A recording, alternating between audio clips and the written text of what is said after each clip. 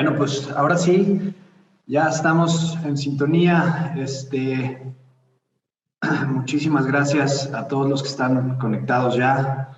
En estos minutos ya están pues más de 46 personas. Yo creo que se van integrando un poquito cada vez más.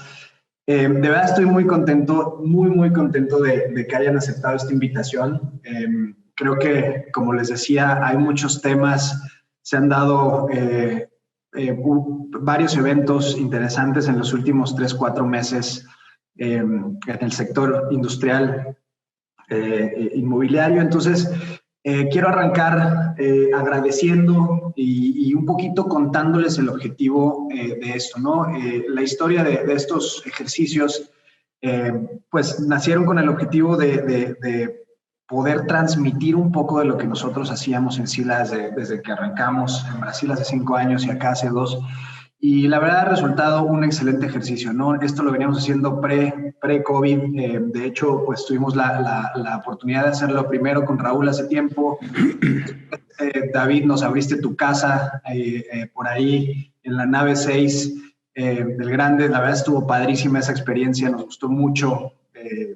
Nos encantó ese parque y bueno, pues la verdad es que hemos venido haciéndolo. Ahorita invitamos a Miquele también, que es un jugador importante también en la región del Bajío, principalmente en San Luis, y ahorita voy a dejar que se presenten ustedes mismos para que cuenten un poco el valor agregado que agregan tanto ustedes como sus empresas, ¿no? Pero ese es el objetivo, un poco como vamos a desarrollar los temas y como yo lo traigo en mi cabeza, a reserva de que ustedes también quieran en el transcurso de la plática agregar algo, es hablar un poquito de los fundamentales del tercer trimestre, muy breve. Voy a contextualizar de manera muy breve, 5 minutos.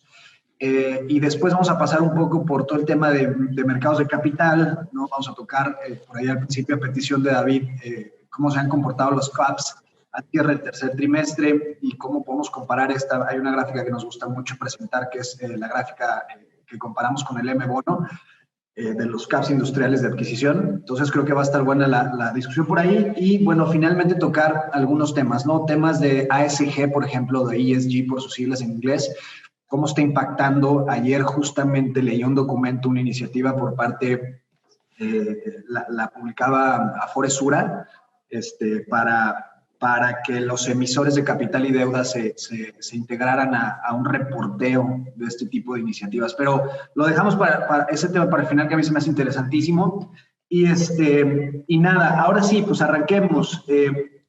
Tenemos a 3 jugadorzazos profesionales con muchísima experiencia en el sector industrial. Me encantaría que ustedes mismos se presentaran, si quieren, en ese mismo orden. David, si quieres, arráncate, ¿qué haces, tu empresa? Un poquito hablar de estas últimas transacciones que has tenido y luego ya nos metemos a la data. Okay. Soy David O'Donnell, fundador y presidente de O'Donnell. Nosotros somos un desarrollador full service. Nosotros compramos propiedades, desarrollamos, compramos propiedades como value add y también adquirimos propiedades. Nuestra misión es ayudar a las empresas más competitivas. Hemos invertido $830 millones en 9 mercados por la República. Tratos más importantes son un build-to-suit de Audi, $120 millones, el parque de O'Donnell Quality Land, parque logístico, 70 hectáreas, $130 millones. Tenemos un proyecto, La Laguna, O'Donnell La Laguna, 75 millones de dólares, 100,000 metros. Nosotros recientemente cerramos un SACADE de 3,000 millones de pesos. Estamos en el proceso de fondear, invertir esto. Estamos enfocados en infill, last mile, major markets. Muchísimas gracias, David. Miquele. Gracias. Bueno, antes que nada, gracias por la invitación. Está padrísimo el evento. No había tenido el gusto, pero muchísimas gracias. Y buenos días, David. Buenos días, Raúl. Una vez más. Soy Miquele Porrino. Yo estoy en WTC Industrial. Es un parque industrial cuyas oficinas están en San Luis Potosí. Nos gusta decir que somos un Premium Industrial Park, porque todo el tiempo buscamos ofrecer al mercado amenities distintos, amplios, como terminales ferroviarias y recinto fiscalizado estratégico, entre otros, y generación de energía.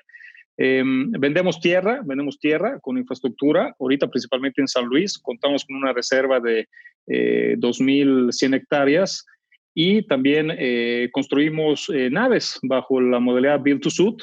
Tenemos un portafolio de alrededor de unos 300,000 metros cuadrados. Hemos construido fuera de San Luis Potosí, en Querétaro, en Puebla, y bueno, ahí estamos a la orden. Muchísimas gracias, Miquele. Gracias por la invitación. Mi querido Raúl, estás en mute. Gracias. Hola a todos. Buenos días, Raúl Arroyo. José, muchas gracias por organizar esto. Siempre es muy bueno para el mercado, siempre es muy bueno para todos tener este tipo de retroalimentación. Gracias por todo ese esfuerzo. Me presento un poquito. Yo estoy en RMS en la parte de comercial, como director ejecutivo. Somos una empresa que tiene 12 millones de pies, alrededor de 85 naves en 16 mercados. Más o menos manejamos un asset under management de entre 500 y 600 millones de dólares. Hacemos un poquito de lo que hace tanto Miquele como David. Somos de cierta manera competencia en diferentes mercados. Entonces, pues, está de más un poquito decir que es compra de terreno, desarrollo especulativo, build to suits, y vamos desde la Ciudad de México hasta Tijuana y Ciudad Juárez, ahora sí que abarcando desde el centro del país hasta el norte. Bueno, pues muchísimas gracias por esa introducción. Yo creo que tenemos muchísimo tema. Acá déjenme arrancar contextualizando un poquito. Voy a presentarles aquí Aquí hicimos un par de slides que me gustaría ponerles como para contextualizar y luego arrancar ya con todo. Déjenme compartirles pantalla rápidamente. Y me voy a ir de verdad muy breve. Ya están viendo mi pantalla, ¿verdad? Se están viendo sus fotografías. Sí. Ok. Buenísimo. Entonces, ¿qué tenemos por acá? Lo primero que hicimos fue un poco, y perdónenme que los encasille, no es mi intención. Yo sé que tienen inversiones en todo México, pero creo que hoy, considerando las últimas actividades, me parece que bien vale la pena enfocarnos como en estas tres regiones, que dadas las condiciones y lo que ha venido sucediendo en el mercado, pues creo yo que son las más importantes. Y hablo específicamente de la zona norte, hablo del centro, ¿no? Que en el caso de David, bueno, pues su última actividad transaccional sucedió en la Ciudad de México. Y en el caso de Miquele, bueno, pues toda la parte del Bajío, específicamente San Luis, vale la pena mencionar. ¿Y qué estamos viendo? Estamos viendo que entre estas tres regiones existen más o menos alrededor de 25 millones de metros cuadrados, una disponibilidad muy similar en los tres mercados, ¿no? O en las tres regiones, voy a ponerlo así, y una skin rent bastante saludable, ¿no? Vemos que se empieza a aumentar un poquito en Ciudad de México, considerando también toda la parte de Toluca, de Estado de México. Vemos precios un poquito más a la alza, incluso con submercados tirándole a $7 metro cuadrado. Pero bueno, este es un contexto muy general de lo que está sucediendo en la zona. Si ahorita nos vamos a meter un poquito más a detalle. Déjenme pasar a este slide también que nos habla del valor de las adquisiciones por metro cuadrado, de lo que sucedió en los últimos 2 años. Y por 2 años me refiero a todo 2019 y lo que lleva el 2020, que prácticamente ya pasó y queremos que pase relativamente rápido. ¿Qué estamos viendo en esta gráfica? En esta gráfica estamos viendo las barras azules, son los metros cuadrados adquiridos en los últimos 2 años.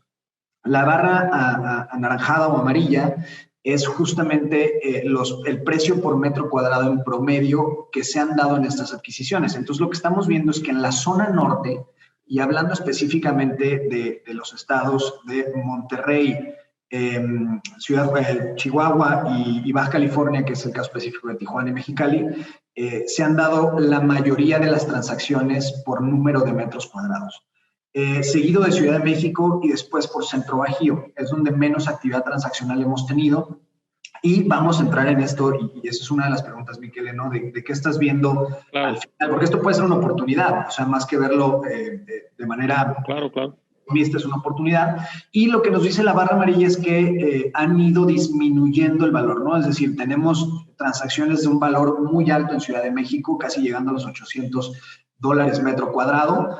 y en Centro Bajío, pues casi llegando a los $650 metro bajío en adquisición. Entonces creo que esto nos habla de un panorama también muy atractivo, bastante sano, y a diferencia de los otros sectores, que esta es la siguiente slide que tengo aquí, nos podemos dar cuenta que el único que ha permanecido con buena actividad transaccional es el sector industrial. No es nada nuevo, pero creo que vale la pena verlo, ¿no? Desde el 2017 se venían dando transacciones muy importantes en varios sectores, centros educativos, hoteles, industrial, oficinas, y vean cómo está la barra de retail en 2017. ¿No? 2017 teníamos una actividad transaccional bastante interesante en el tema del consumo. 2018 la seguíamos teniendo. En 2019 esa barrita pues ya se hace muy pequeñita, y la última actividad que tuvimos ahí, y la recuerdo bien porque la tenemos monitoreada en Sila, es esta adquisición que se dio entre Ceris Retail y Fibra Shop, un centro comercial muy chiquito. Y entonces vean cómo la barra azul fuerte empieza a crecer en ese momento, ¿no?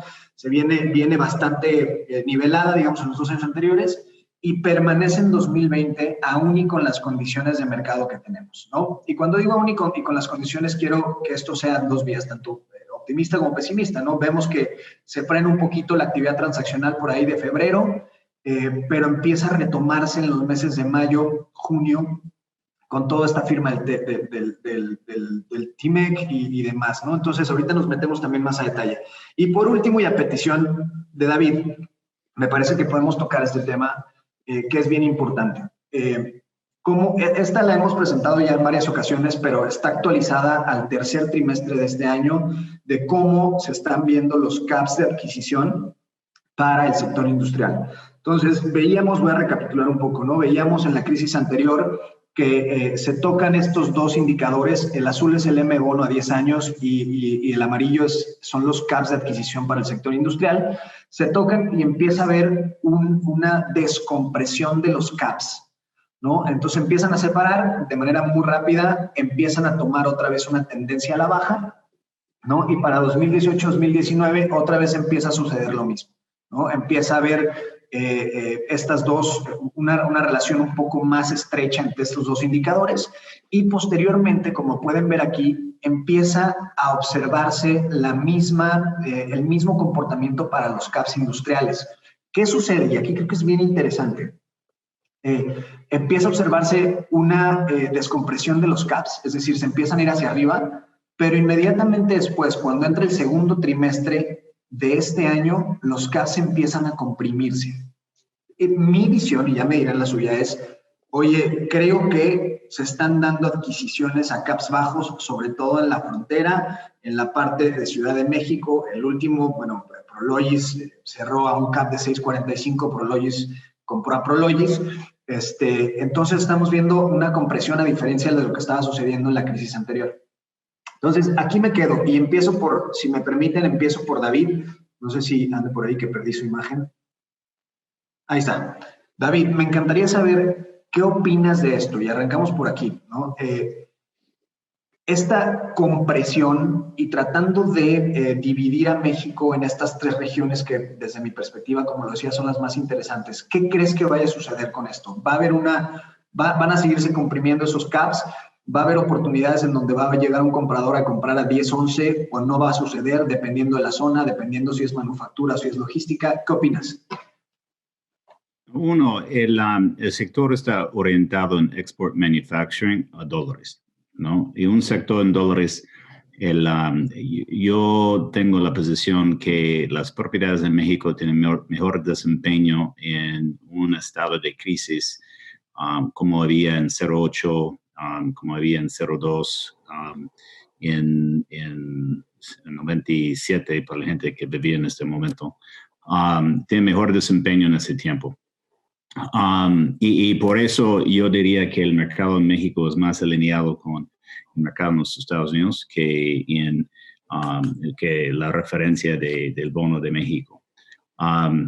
También el sector de logística está más orientado a pesos, y es donde tienes más sensibilidad con el Mexican tenure. Yo diría que la tendencia en México, si el Fed de los Estados Unidos dice que va a tener más, la tendencia va a ser tasas bajas de tenure, yo pienso que va a tener más compresión en México con las propiedades que puede dar consistentemente ingresos en dólares. El asunto de peso, si la tendencia es balanced budget y un programa muy conservador, tasas bajas, yo diría que la tendencia es para la baja de las tasas de interés. Pero hoy en día, el mercado financiero de la deuda es 8 o 9%, 9% de tendencia 8%, pero si tu cash on cash es 9% y tu retorno o tu deuda es 9% y tu salida es 9%, no hay dinero, ¿no? Y inflación con la tendencia a la baja, es un negocio fatal. Si tú piensas que inflación te va a rescatar, no va a pasar. Y también en México, en la mayoría de los mercados, there's no rental growth, no hay crecimiento en las rentas, y tampoco va a darte un valor incremental. Yo diría el negocio del cap rate de pesos tiene tendencia de la baja, pero es una inversión muy complicada para las instituciones. El negocio en dólares va a tener una tendencia a la baja también, y el export manufacturing, yo pienso, es un super negocio para hoy en el futuro, con el NAFTA nueva, con tendencia a la intereses a baja, para la competitividad de México, precio de energía, etc. Y platicamos más de esto. Buenísimo. Creo que esta perspectiva que das nos da lugar a justamente preguntar a Michele cómo está viendo desde esta perspectiva que acaba de dibujar un poquito David, que se me hace muy interesante. ¿Cómo ves tú las oportunidades para la región en donde tú operas, donde tienes mayor actividad y donde estás basado, que es el Bajío Centro, digamos, específicamente en San Luis, Michele? ¿Qué estás viendo? ¿Por qué San Luis? Entendemos que hay dos salidas francas, ¿no? Hacia el norte y evidentemente hacia el Pacífico, pero más allá de eso, ¿cuál es la oportunidad real en el Bajío ante la situación en la que estamos, ¿no? Sí, claro. Bueno, de hecho, de entrada, primero coincido con lo que comenta David. Yo también creo que va a haber una tendencia hacia la compresión de los cap rates. ¿Qué veo aquí en el centro del Bajío? Mira, un gran porcentaje del negocio ha sido aquí el giro automotriz, definitivamente, en toda esta zona. Y en años 2015, 2016, tuvimos un boom muy importante, con una gran generación de operaciones. Ahora bien, previo a la pandemia, cuando empezaron con todas las políticas proteccionistas, sobre todo en Estados Unidos, se empezó a tener una contracción, y cuando teníamos todo este riesgo de qué iba a pasar con el Tratado de Libre Comercio. Bueno, ya se ratificó, ya tuvo algunas modificaciones, no son tan positivas como era el anterior, pero finalmente fue una buena noticia, ¿no? Entonces, eso sí empezó a destrabar nuevamente inversiones hacia esta zona. Y el giro automotriz no es tan sencillo, es decir, se basa en cadenas de suministro muy complejas que lleva muchos años crear, y que esas ya existen en México. Eso es una fortaleza, eso es una ventaja competitiva que tenemos aquí, ¿no? Entonces, a la hora de que se ratifique el tratado, sí empiezan a llegar esas oportunidades. Entonces, creo que se van a generar de manera importante. Ahora bien, un tema que sí quiero comentar, seguramente lo vamos a hablar un poco más a detalle más adelante, todo este fenómeno que se menciona en los medios, ¿no? Del nearshoring, reshoring. Sí existe, por supuesto. Con todo lo que ha pasado, muchos inversionistas buscan reducir el riesgo de logística, teniendo toda la capacidad en Asia.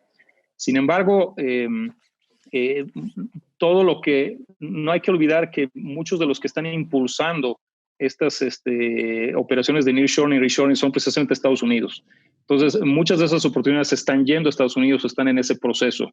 Yo he visto, antes no lo veía tan marcado, cómo competimos día con día. Nosotros competimos cuando vendemos tierra, cuando buscamos un build to suit, competimos con competidores en Estados Unidos, que están basados en Estados Unidos. Entonces, eso también impulsa la compresión de los cap rates. O sea, vuelvo al tema anterior, porque se amplió la competencia y están llegando muchos allá. ¿Por qué en Estados Unidos hay muchísima agresividad en cuanto a incentivos? Llegan a regalar tierra, inclusive en algunos estados, y los utilities, pues son más baratos en general, energía, gas, inclusive con temas de disponibilidad mucho más atractivas que nosotros, ¿no? Entonces, sí hay oportunidades muy interesantes aquí. Sin embargo, el nearshoring y reshoring es para Norteamérica, no para México nada más. Oigan, y a mí se me hace muy interesante porque sucede que en otras regiones de Latinoamérica, específicamente hablando del caso de Brasil, evidentemente hay una actividad muy importante en el tema de manufactura automotriz. Sin embargo, la lectura hacia la parte logística, por lo menos hoy, es creo que más importante de lo que está sucediendo en México. Déjenme nada más hacer una pregunta dirigida un poco, retomando lo que están haciendo ustedes y con esto que acabo de decir, dirigida a Raúl. ¿Cómo quiero desmitificar todo este tema del nearshoring que está sucediendo? ¿Es real, Raúl? Es decir, por ahí leía en algunos medios, oye, más de 35 empresas ya levantaron la mano para poderse, ¿no? Aquí hay un comentario justo de Erico que dice, oye, ya China ya no es sostenible para el mundo. ¿Qué tan real es esto y cómo captas esas oportunidades desde la posición en la que estás? Porque sí es bien fácil. O sea, yo creo que todos los foros que hemos estado, todos hablan de este efecto. Pero ¿cómo se están captando? ¿Cómo las está captando Raúl Arroyo? ¿Y cómo las está captando tu grupo? ¿No? Es decir, ¿es real? Claro, te platico, sí, yo difiero un poquito ahorita de lo que comentó Michele. O sea, yo sí veo el nearshoring y el reshoring muy, muy latente, sobre todo en temas de frontera. Te platico el tema de los famosos fulfillment. En fronteras se están dando mucho, todo esto a raíz del TEMEC o del USMCA. El tema es esto para México, o sea, hablando de toda la reshoring, nearshoring, también en el mismo Asia se está dando. Muchas veces están migrando ya de China a Vietnam, pero hay factores que ayudan mucho a que pase esto. O sea, no es un tema de decir, lo quiero cerca y ya. O sea, para efectos de México y también en Asia, están buscando, obviamente, mano de obra más económica. Mucho que existan muchos tratados de libre comercio. Vietnam fue uno de los que hizo en el este de Asia, fue de los que hizo en 2019-2020 mayores exportaciones de Estados Unidos por todos sus acuerdos que ha logrado. México es parte de eso. O sea, México tiene varios acuerdos económicos, ahorita por lo menos 14 que le benefician a la industria. Entonces, todo esto aunado a que con el tema del nuevo Tratado de Libre Comercio, hubo el incremento de la franquicia para poder importar a través de mensajería, incrementándolo de $50 a $100. Entonces, eso hizo que muchas empresas de e-commerce se fueran a la frontera. Yo no veo un fulfillment, por ejemplo, más al centro del país. La verdad es que la logística en México es muy eficiente por las distancias. No estamos hablando de Los Ángeles, Nueva York, estamos hablando de Tijuana a Ciudad de México en 3 horas en vuelo, o 5 si lo quieres de carga. Entonces, sí veo que están muchas empresas moviéndose a ciudades fronterizas. Estaba platicando ayer con una empresa de logística que estaba haciendo su cambio de la nave de McAllen a Reynosa, simplemente por el costo de mano de obra. Entonces, todo lo están importando como importación temporal a México, están llenando la nave, están pidiendo. Ahorita hablábamos hace muchos años de que ya se rentaban metros cúbicos, ahorita es una realidad. Ahorita ya te piden naves con 36, 38 pies de altura libres. Estamos hablando de a la parte baja de la trave principal, tener 15, 17 metros libres sin ninguna. Estamos hablando con un inquilino que está haciendo un mezanines en racks.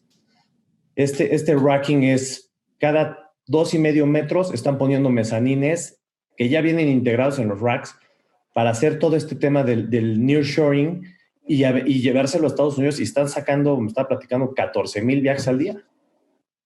Entonces, perdón, no viajes, sino pedidos al día que van en los viajes de importación, y ya con el CityPath que no los paran en la frontera. O sea, al final del día están haciendo esta parte del nearshoring, ¿no? Regresando un poquito también al tema de los caps, yo coincido con David.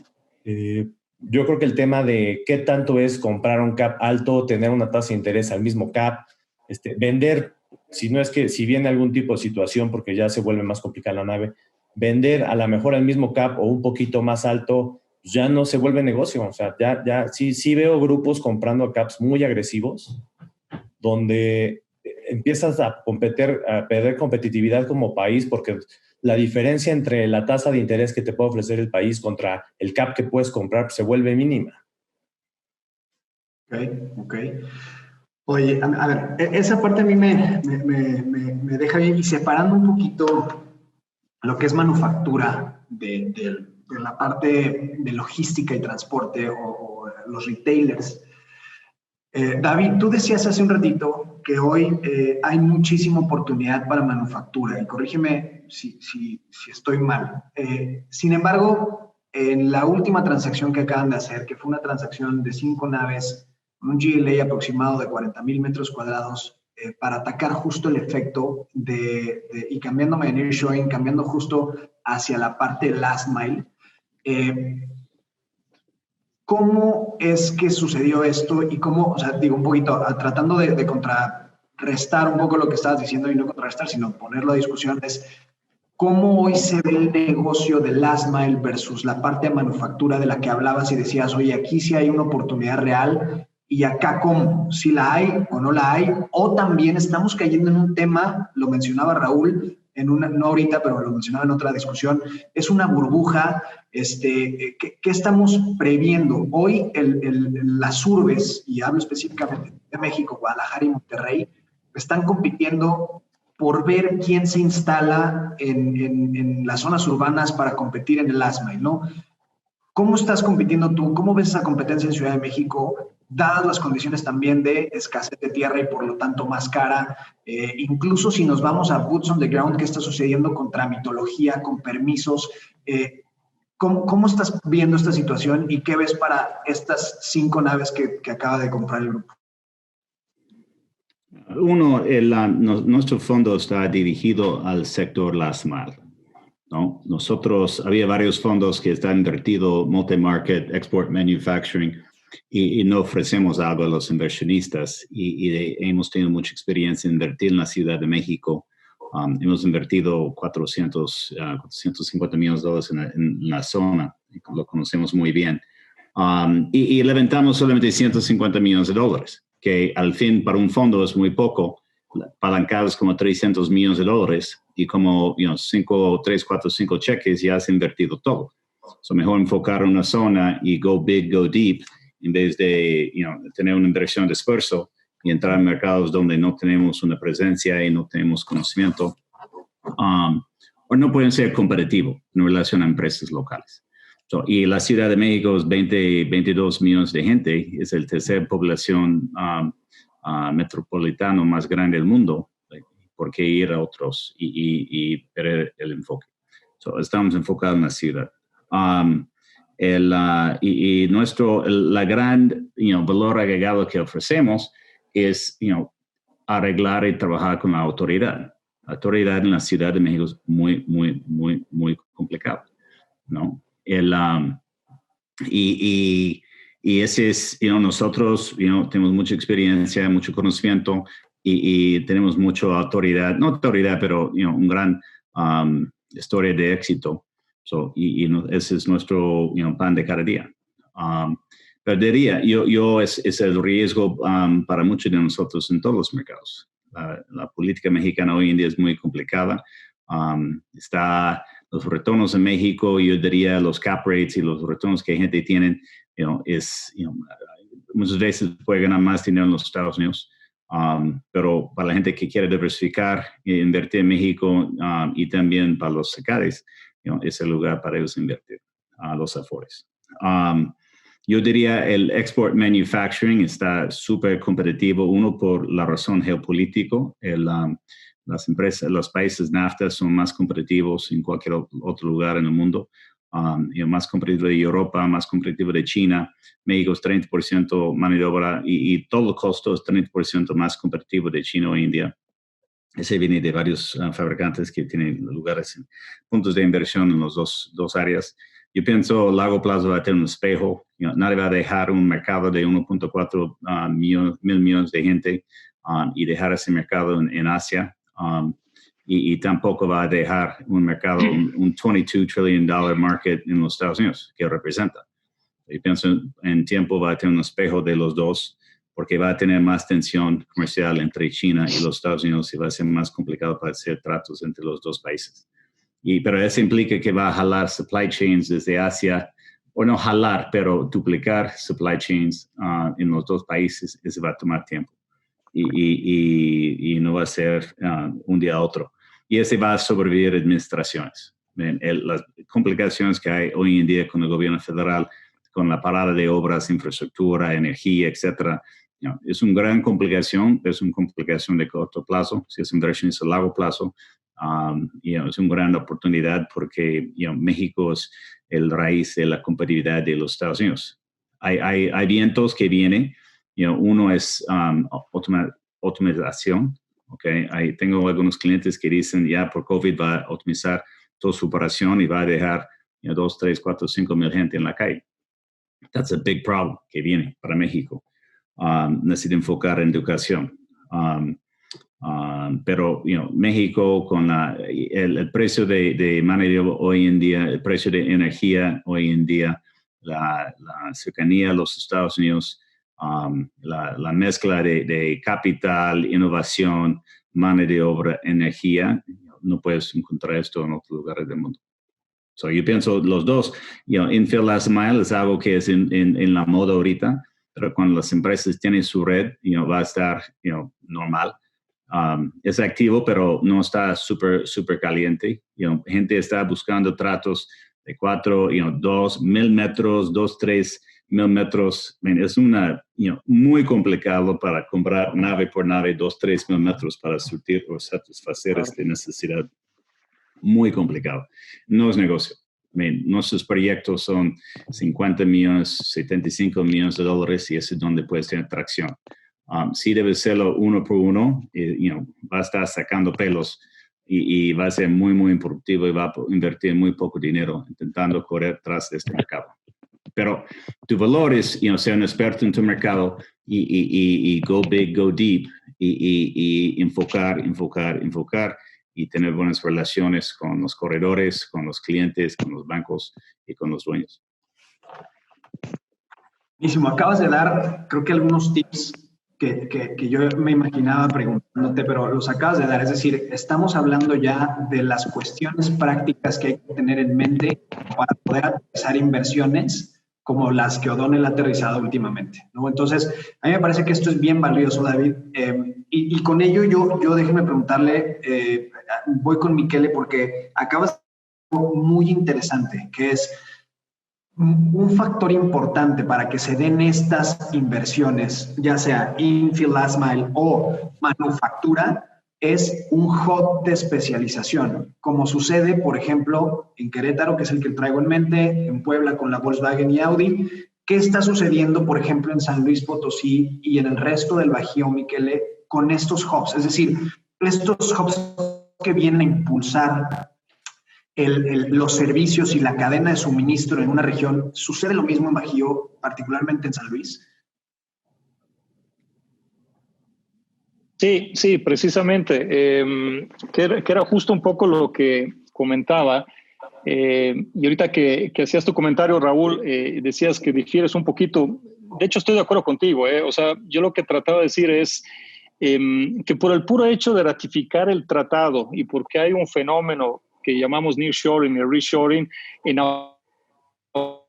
automático se vengan inversiones, sobre todo de factura. No es así, pero lo que sí creo es que la oportunidad existe, es real, y esos hubs que tú mencionas, José, por ejemplo, para el giro automotriz están muy claros en la zona centro bajío, porque esas cadenas de suministro ya existen, esas ventajas de logística ya existen, ya están in place, pero sí tienes que asegurarte que tienes todo lo demás. Ahorita lo mencionó un poco David, la energía no es tan sencillo en la zona centro bajío. Entonces, sí es importante prepararte, y no es nada más inversión en dinero, pues, o sea, es también tiempo, trámites. Nosotros, la verdad, por ejemplo, nos hemos preparado en nuestros parques industriales y podemos ofrecer energía sin ningún problema, ¿no? Inclusive hasta tenemos generación. Pero si no lo hubiéramos hecho, entonces de repente ante estas oportunidades de decir, oye, está el tratado, está el nearshoring, vente, te conviene, estás cerca del mercado de Estados Unidos, pero no hay energía, híjole, pues ahí empiezan los problemas, ¿no? O una energía muy cara, por ejemplo. Entonces, la oportunidad es clara, la mano de obra sigue siendo un factor importantísimo y no solo mano de obra barata, porque ese también es un concepto, creo yo, erróneo. Yo creo que aquí todos estamos de acuerdo. Es un concepto más integral, ¿no? Existe una gran capacidad que también ha costado crearla, y eso gracias inclusive a los gobiernos estatales. Hay una gran base de skill workforce, ¿no? O sea, sí hay mano de obra capacitada, que realmente, inclusive hay plantas de manufactura que han compartido con nosotros datos donde los procesos, gracias a la mano de obra mexicana, han ganado premios a nivel mundial. Entonces, definitivamente es un factor a favor y, por supuesto, con costos muy competitivos, ¿no? Entonces, sí es importante, las oportunidades sí se pueden materializar, pero sí hay que ofrecer más. O sea, no van a llegar en automático esas inversiones. Entonces, sí garantizar temas como los utilities, atributos adicionales, buscar inclusive, nosotros le llamamos esos amenities de entorno, ¿no? Para favorecer que las empresas puedan operar más fácilmente. Términos de logística, que también nosotros lo hemos visto que ha crecido de manera importante, más siento yo en las zonas metropolitanas fuertes y en el norte, eso sí, por obvias razones, por donde están concentrados las demandas, ¿no? Pero, por ejemplo, uno de los grandes jugadores del comercio electrónico, que es Amazon, usa de manera intensiva el recinto fiscalizado estratégico que tenemos nosotros en el parque. Entonces, ese tipo de atributos son los que luego te pueden ayudar a traer esas oportunidades. Aunque después ellos distribuyen sus productos, como ya sabemos, desde la Ciudad de México, ¿no? Oye, a mí me parece que esto que acabas de decir también se me hace muy interesante. Y yo te preguntaría, y ahorita voy contigo, Raúl, porque creo que tengo una pregunta también que creo que me la puedes responder muy bien, muy completamente, pero déjame estar aquí con Miquel en el sentido. O sea, hay dos temas importantes que acabas de mencionar que pueden ser un reto para quienes busquen, ¿no? Ya sea como técnico o ya sea como inversionista, para los que busquen establecerse en esta región. Y hablando particularmente de San Luis, uno es la parte de energía, y ayer leía justamente en un reporte de Credit Suisse la problemática del agua también, ¿no? En ciertas zonas geográficas. Cómo proveer del agua necesaria a los clientes que son intensivos, porque una planta automotriz es intensiva en agua y en energía. Entonces, ¿cómo poder hacerlo? ¿Cómo resolverlo, Miquel? Es decir, entiendo que hay factores que no dependen solo de ustedes como privados, pero también dependen del gobierno, ¿no? ¿Cuáles son estas alianzas estratégicas que han hecho ustedes con las autoridades como para poder llegar a establecer este tipo de inversiones? Y que, como dices, ser competitivos realmente, no solo decirlo de dientes para afuera, de que, oye, tenemos competitividad en mano de obra, tenemos competitividad en transporte, en cercanía, etcétera, etcétera, sino ya que llegas no hay infraestructura, pues no sirve de absolutamente nada. ¿Cómo resuelves esa parte desde WTC Industrial y desde tu perspectiva como director general? ¿Y qué han hecho ustedes? Sí, tocas un tema muy, muy, muy interesante, muy importante además. Estoy totalmente de acuerdo. El ejemplo que ponía de la energía, sí te tienes que adelantar, tienes que invertir, tienes que trabajar cerca de las autoridades. Son trámites complejos, no llevan años en la mayoría de los casos. Y los temas, por ejemplo, de agua que comentas, por supuesto que es importante trabajar de la mano con las autoridades. La verdad es que lo hemos hecho bien, o sea, sí nos han apoyado mutuamente, armando ahí redes en donde puedas utilizar agua que ha sido tratada, ¿sí? Entonces, en algunos casos eso puede ser interesante y tenemos ahí unos proyectos en proceso, por ejemplo.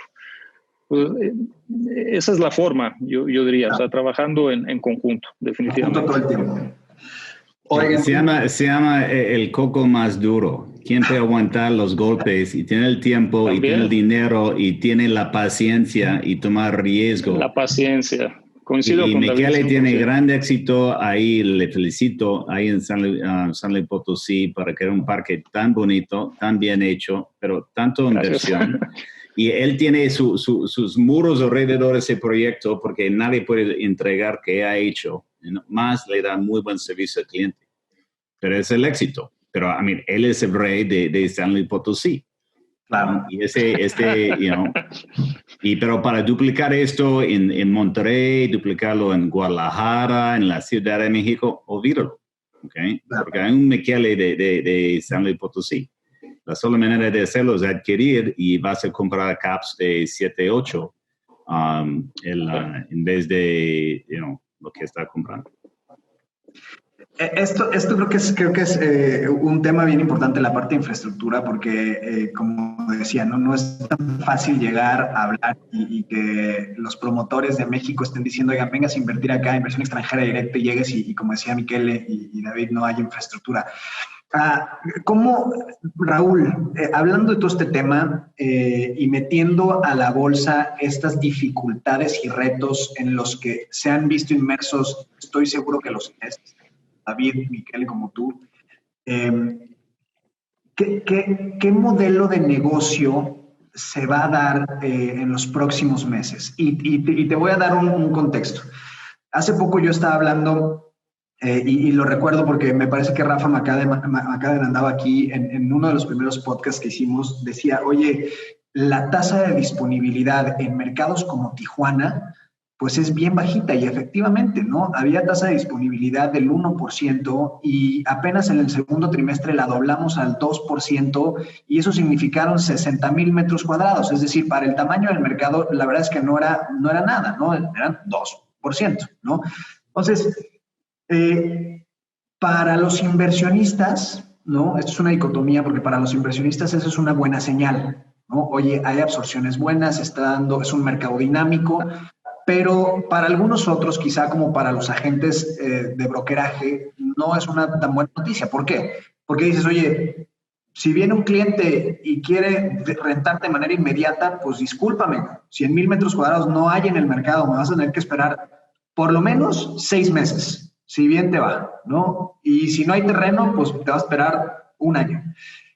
Esto viene a jugar en contra de lo que decía Michele y David, que es, oye, sí estamos presumiendo muchísimo México, pero pues no hay dónde instalarnos, ¿no? Si yo me quiero meter a un mercado como el de Tijuana, que es especializado en electrodomésticos, especializado en artículos de salud, pues ¿cómo le hago? No me quiero esperar 8 meses.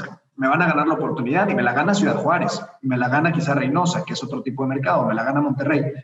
¿Cómo ustedes están viendo esta perspectiva? Y bueno, lo que es una realidad es, en Tijuana no hay disponibilidad. O sea, pero lo que también es cierto es, quien quiere estar en Tijuana, espera Tijuana. No es como, y la principal razón por la que esperan a Tijuana no es por atender Tijuana, es por atender el mercado de California. Claro. Claro, y perdón que te interrumpa, Raúl, porque tú mencionabas hace poco en una conversación que tuviste con alguien, mencionabas modelos de negocio que creo que entran muy bien en esta pregunta, que es este build to suit, ¿no? O el spec to suit, ¿no? O bien el especulativo. Pero estos 3 formas de negocio, modelos, ¿cómo los vive Raúl Arroyo y qué prevé para el futuro? Digo, hablando específicamente de Tijuana. Hacia allá voy dirigiendo la respuesta, es quien quiere Tijuana, espera Tijuana, y es el modelo de negocio que se está dando en Tijuana se vuelve un spec to suit. O sea, nosotros estamos desarrollando un parque de 1,100,000 pies y literalmente se llenó en 6 meses. O sea, se llenó una nave médica en febrero en enero rentamos la nave médica con 200,000 pies, 300,000 pies. En agosto rentamos para un e-commerce de ropa, competencia de Lululemon, en 200,000 pies, y la semana pasada rentamos 600,000 pies o cercanos a cerrar 600,000 pies para también otro e-commerce. Entonces, y estamos en terracerías, ¿no? Entonces, se vuelve el famoso spec to suit de yo tenía proyectado un modelo donde era especulativo y llegó el cliente y me dice, oye, hazme estas 3 pequeñas adaptaciones, hazme estas pequeñas inversiones y se vuelve el Spectus Ut. Entonces, yo en Tijuana veo más ahorita por la desocupación que tiene el mercado, al igual que Juárez. A diferencia de Juárez, veo más un Spectus Ut en Tijuana que en Juárez veo más un especulativo que se renta ya hecho. Entonces, en el mercado del norte se está dando más eso por la disponibilidad que en el mercado del centro, porque también es de baja disponibilidad, pero el tipo de negocio o el tipo de cliente es totalmente diferente, ¿no? En el Bajío vemos el automotriz y en el centro vemos, que me corrija David y Miquele, por favor, en el centro vemos totalmente, la mayoría es logístico, 85% de las transacciones son logísticas en el centro del país. Tijuana no, Tijuana tiene una diversidad tanto de producción o de manufactura como de logístico que se vuelve realmente un tema de el especulativo se convierte en build to suit. Ya. No, pues me queda claro y creo que las oportunidades ahí están, es decir, hablan por sí solas. Yo creo que hay que mantener un balance entre lo que se hace en especulativo, pero también lo que se hace en build to suit, como para poder atender estas, porque claro, si se vienen N cantidad de empresas por todo esto que estamos viviendo, ya sea por el e-commerce o ya sea por el nearshoring a naves de manufactura, pues habrá necesidad de tener algún espacio disponible para estas empresas y que las necesiten de manera inmediata, ¿no? Entonces, déjenme ir a otro tema que a mí se me hace muy interesante. José, ¿pueden interrumpir y agregar algo? Claro. Yo pienso la clave es the barriers to entry. ¿No? Solamente en Tijuana y la Ciudad de México, y posible un asunto como Miquele, que tiene un parque con toda la infraestructura listo para ocupar, hay límites de inversión. Tienes las colinas de Tijuana, tienes el mar al oeste y tienes la frontera al norte. Y no se puede crecer. Y por eso hay límite de oferta, hay demanda, no puedes surtir, rentas van a subir. Es la mejor oportunidad para un inversionista, pero es muy caro, ¿okay? Y el gobierno es muy complicado. Y estás cortando montañas para crear la tabla plana para poner tu nave de 20 metros, 30 metros, 60 metros. ¿Y cuánto tarda hacer todo esto? Igual como la Ciudad de México. Y es muy, muy complicado con la autoridad de invertir en estos mercados. Vas a Juárez, vas a Monterrey, San Luis Potosí, es like, oye, estamos aquí listo para abrir las puertas y fomentar el negocio, la inversión, pero no hay límite de la oferta, ¿no? La oferta no para, ¿no? Porque siempre hay una tierra al lado, siempre hay otra carretera que van a abrir y otra oportunidad. Y es en estos mercados, en Juárez, en Monterrey, San Luis Potosí, Querétaro, las rentas no han subido por los 25 años que yo tengo en México. En Querétaro entramos a 3.80 en nuestras primeras naves con rendimientos de 13%, y hoy en día las rentas son 4.20, ¿no? Entonces, de inversión es muy complicado, ¿no? Pero vas a la Ciudad de México, Tijuana, ahí tienes incremento de inflación de renta. Está creciendo 5 o 6%. Pero no es como están en los Estados Unidos, en los mercados mayores, en Los Ángeles, en Miami, en New Jersey. Las rentas han crecido 10% al año por los últimos 5 o 6 años. Y es donde crees mucho cap rate compression, porque compras tienes una renta, está inflando 50% en 5 años. Ese no es mal negocio. Okay, so debe pensar de barriers de entry en cómo impacta oferta y demanda y tu inversión. Y perdón, complemento lo que dice David con lo que también decía Miquele y David al mismo tiempo es, en estos dos mercados que menciona David, Ciudad de México y Tijuana, incluiría Juárez y Reynosa, el tema de energía es muy complicado. O sea, puedes tener una buena tierra y lo primero que te preguntan tanto los clientes como los brokers es, ¿cuánta energía tienes?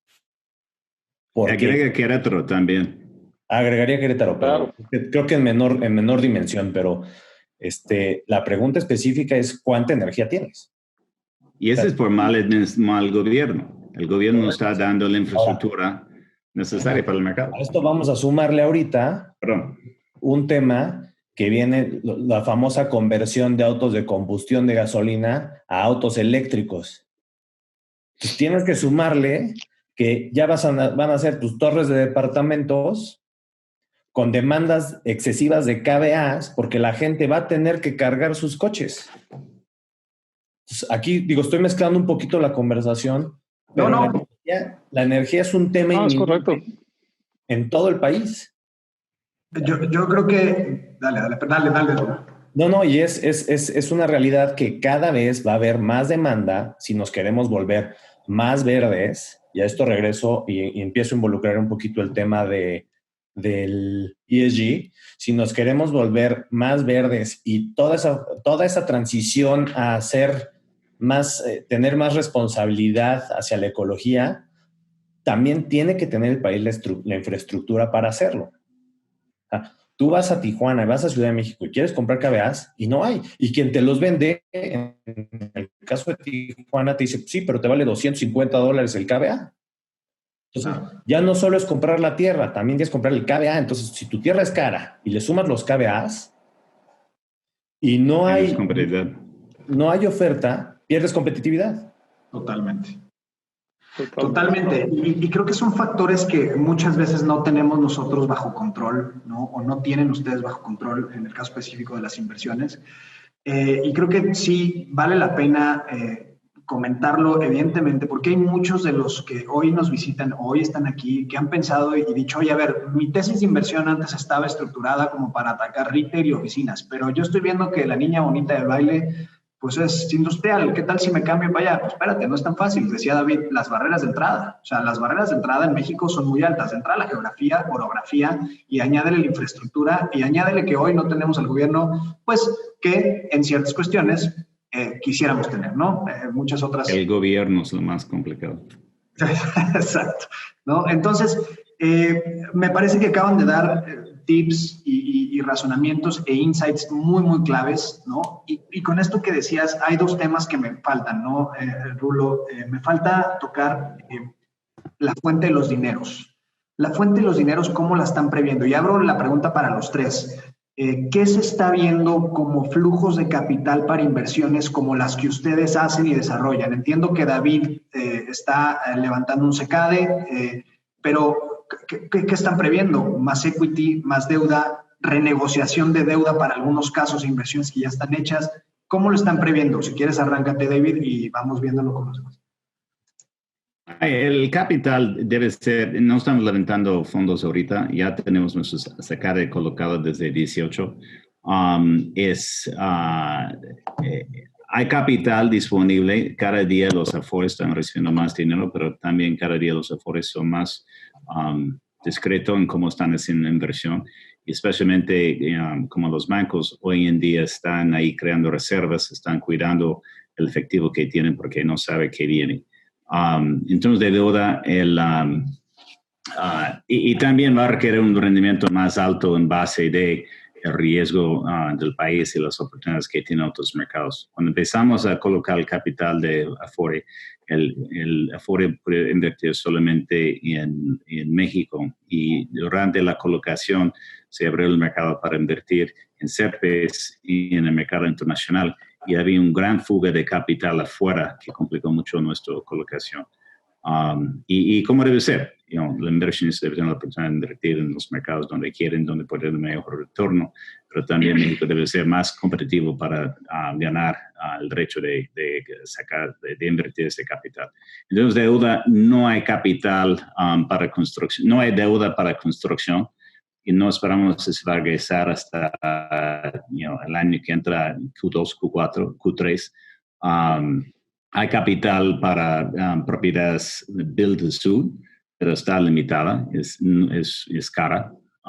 Y luego hay capital, deuda para portafolios, pero solamente para propiedades que están bien diversificadas, bien fundadas, buen flujo de caja, y debe asumir más, entregar más garantía para garantizar el pago. Buenísimo. Muchas gracias, David. Miquel, ¿qué opinas tú de esto? Sí, nosotros seguimos con una mezcla que hemos usado durante años y que continúa, parte equity, parte capital, parte deuda. Coincido con David, los créditos ahorita para la construcción son complejos, sobre todo cuando son especulativos. Nosotros nos enfocamos más a build to suit, y las tasas siguen siendo atractivas, curiosamente, ¿no? O sea, a pesar de que sí quieren cubrirse más en el tema del riesgo, las tasas siguen siendo atractivas, pero obviamente el criterio para otorgamiento de crédito sí se ha cerrado mucho más. Eso es un hecho, ¿no? Ya no es tan fácil como antes, digamos. Evidentemente ahí lo que te ayuda es el historial, tu buen desempeño. Entonces la verdad es que continuamos trabajando en ese sentido y eso nos ha ayudado, ¿no?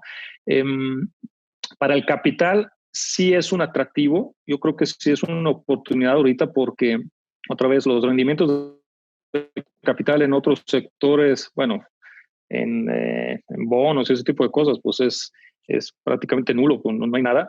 Y en los otros sectores, pues el riesgo es altísimo. Lo mostrabas tú en las gráficas al principio, ¿no? Retail, hotelería, ahí sí está un poquito más con miedo todos los inversionistas, ¿no? Pero lo industrial no ha parado.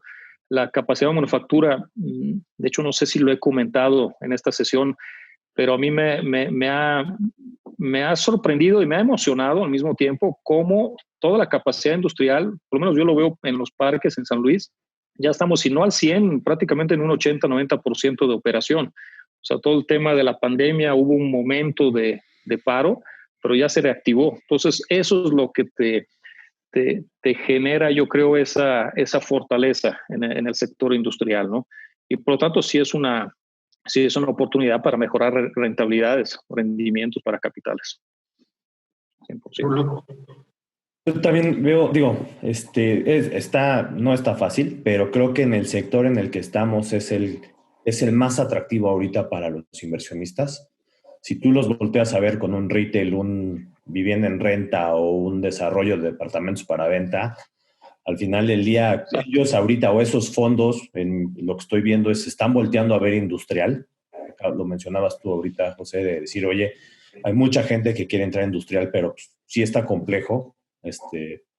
El tema no es tanto el cómo volteas a verlo, sino es el sector en el que lo estás viendo. Al final del día, sí está complicando, pero los están dando. Si lo ves como hacia el tema de regreso a vivienda, es que les den un crédito puente en vivienda ahorita es casi imposible, si no muy complicado. Pero vas y pides un crédito en industrial con tu tenant en dólares a 10 años y se te forman los bancos para darte una tasa muy competitiva. Entonces, es difícil, pero no está imposible en el tema de industrial. En otros sectores de real estate, sí. Ahora, ¿qué tanto va a haber mucho fresh money? Ahorita está la discusión de las Afores de que les quieren topar los temas administrativos, las comisiones. Entonces, eso va a ser también, como dice David, que si ya son discrecionales, que se vuelvan aún más discrecionales. Y todavía hay muchas Afores que ya te dicen, ya estoy sobreexpuesta a real estate, ya no quiero meterme en real estate. Entonces, ¿de dónde veo que pueden venir los flujos? Sí los veo viniendo, al principio lo comentaba David y Michele, en diversificación por país. Ya no solo es dinero en México, sino otros dinero de Estados Unidos o de internacional o global para venir a invertir a México por un tema de diversificación, y seguramente el activo que le van a recomendar va a ser el industrial. No creo que lo recomienden ahorita, por la situación otro. ¿No? Y también depende del riesgo que quiera tomar cada fondo, ¿no? Pero sí veo que el tema de las comisiones del tope de comisiones hacia las Afores va a ser un reto para seguir levantando capital y la exposición a real estate de estos inversionistas. Sí, creo que coincido contigo. Hay que ver cómo se comporta esta exposición y esas posiciones, porque hoy en alternativos estructurados son cerca del 7% de lo que destinan las Afores, ¿no? Y creo que eso va a crecer, ¿no? Juntando estructurados con alternativos, pues la verdad es que es muy poco. Déjenme hacerles dos últimas preguntas y con esto nos despedimos. Ya nos tomamos una hora, no quiero quitarles mucho tiempo de su agenda. Dos temas importantes. Bueno, más bien, el primero es hablar un poquito de ASG y terminamos, y luego lecciones aprendidas de la pandemia, y se acabó. En cuanto al tema de ASG, ayer leía una solicitud que hacía el Consejo Consultivo de Finanzas Verdes hacia emisoras que, como ustedes saben, entran SECADES, Fibras y Serpis, tanto de capital como deuda, para que haya una mejor divulgación en tema ambiental, social y de gobierno. ¿Qué están haciendo ustedes en ese sentido? ¿Lo creen importante? Hemos sabido que las tasas, por ejemplo, de aseguradoras han crecido. Hemos visto también que los grados centígrados han subido. ¿Qué han hecho ustedes en este sentido? Miquel, si quieres arrancarte y con eso terminamos. Mira, sí trabajamos en eso. Yo creo que es un poquito lo que hemos platicado a lo largo de esta hora. Yo creo que es importante acaparar oportunidades, atraer oportunidades ofreciendo más. Sí necesitamos generar más valor agregado, diferenciarnos y este tipo de actividades de responsabilidad, yo creo que más bien nos ayudan en ese sentido, a diferenciarnos. Digo, independientemente del beneficio propio, ¿no? que generan hacia la sociedad. Yo creo que también generan un atractivo, una ventaja competitiva para nuestros clientes. Eso nos permite distinguirnos. Entonces, hemos trabajado en eso y además los clientes nos lo piden. O sea, cada vez más, ahorita lo que decías, por ejemplo, de las energías limpias o de que no haya sobreuso de agua sin tratamiento, son cosas que nos piden cada día, ¿no? Entonces, en eso hemos trabajado en ese sentido. Buenísimo. Raúl. Yo lo veo más como ya una obligación, más bien lo vería al revés, el que no lo tenga hay que descontarlo en el precio. Yo pensé que... No, pero es cierto. No. Creo que es una realidad, o sea, yo creo que el que no lo está haciendo, ya, o sea, si tú traes, el CAP se está manejando un mercado, perdón, el mercado se está manejando un CAP, el que no lo tenga, ya traes que tienes que descontarlo porque viene hacia el futuro. O sea, no lo veo, yo no te voy a decir un tema muy claro y muy sencillo, el tema que la mayoría ubica en el lenguaje coloquial, el tema de los LEED, ¿no? Los edificios LEED. Ya sales al mercado y compras y todo el mundo está haciendo edificios LEED. Pues, si tú vas a hacer una transacción y no hay edificio LEED, te van a descontar el CAP porque el edificio LEED trae un valor y se está moviendo en el mercado ese valor y quieres hacer la transacción y cuando lleguen te preguntan, oye, ¿es LEED? No. Híjole, pues es que el otro era LEED. Sí, claro. ¿No? Y los clientes cada vez más, es decir, los clientes cada vez más te van a exigir esa parte, ¿no? Porque ya las políticas de las empresas vienen a rentar naves, pues es así o no te rento. Y prefiero esperarme 8 meses a que me construyas una y la certifiques. Entonces, ya no es un tema, porque también, sí, pero los clientes también te dicen, oye, pero la renta de mercado está en 5. Sí, pero el otro edificio es no así. Ya no me importa tanto. A la hora que te metas a los economics, ya no les importa tanto. Claro. Por hacerlo LEED te dice, te vale $6 LEED, pero si no lo quieres LEED, pues vale 5. Pues déjamelo en 5 y yo lo hago LEED, no te preocupes. ¿No? Entonces, ahí se empiezan a mermar un poquito los retornos por hacerlo más competitivo en tema ESG que lo que no lo tiene, ¿no? Claro. David. Yo veo, ¿no? 2, debes definir si es un jugador institucional o no institucional. Are you scrappy or are you institutional? Okay. Para invertir o confirmar con ESG necesitas tiempo, gente y dinero. ¿No? Y si eres una persona arrancando y estás invirtiendo 10, 20, 30 millones de dólares, no tienes el tiempo para esto. Aparte de hacer una nave de lead, para medirlo y cuantificarlo y confirmar y reportar, es un chorro de inversión, ¿no? Tiempo y dinero. Pero el beneficio es que va a tener empresas institucionales y conformes, ¿no? Y va a tener tratos, en tendencia más para dólares que tendrías si no tendrías la calificación. So debe definir quién eres y qué quieres hacer cuando eres más grande. Y cada empresa es si no quieres ser más grande, puede estar estancado. Esa es su estrategia. Pero debe definirlo porque cuesta mucho tiempo, mucho dinero, pero es el futuro. Y si quieres captar capital institucional, si quieres tener empresas institucionales, si quieres tener tratos en dólares, debe trabajar para conformar. Totalmente de acuerdo. Y yo creo que nos despedimos. Solo un último dato relacionado con ASG que yo les quiero dar. Dentro de los casi 6,000 propiedades que nosotros monitoreamos en industrial A y B, menos del 1% tienen una certificación. Estamos hablando de un porcentaje muy bajo. Y yo creo que esto no es que vaya a ser una tendencia por serla, sino de verdad estamos hoy justamente metidos en un dilema con todo el calentamiento global, gases de invernadero, que cada vez nos lo van a exigir desde dos sentidos. Desde la parte de la inversión, es decir, de los flujos de capital, y de los tenants. De verdad no les quiero quitar... Perdón que te interrumpa. El hecho de que no tenga un certificado por escrito no quiere decir que no cumpla. No, totalmente de acuerdo. Y aparte está la parte gubernamental. No, te lo digo porque te voy a decir por qué. Porque el puro certificado, a la hora que lo firmas, pues te vale 100, 200 mil dólares, nada más porque te pongan la plaquita que dice lead o lo que quieras. Totalmente de acuerdo contigo, Rolo. Entonces, no es que no cumplas, simplemente estás dispuesto a gastarlo para hacerlo, lo puedes hacer. Claro. Ahora, lo que yo digo es que sí te genera un valor agregado. Es decir, sí hay un valor agregado y aparte solo estamos tocando la parte ambiental, ¿no? Deja tú la parte gubernamental y social, que ahora sí, ahí sí dices, oye, espérate, pues si no me están ayudando a tener infraestructura, ¿cómo es que hago la parte gubernamental? A lo mejor estoy cayendo en cosas que no es mi tema, pero la parte social también, ¿no? Yo entendería que no estamos atacando de manera asertiva o por lo menos...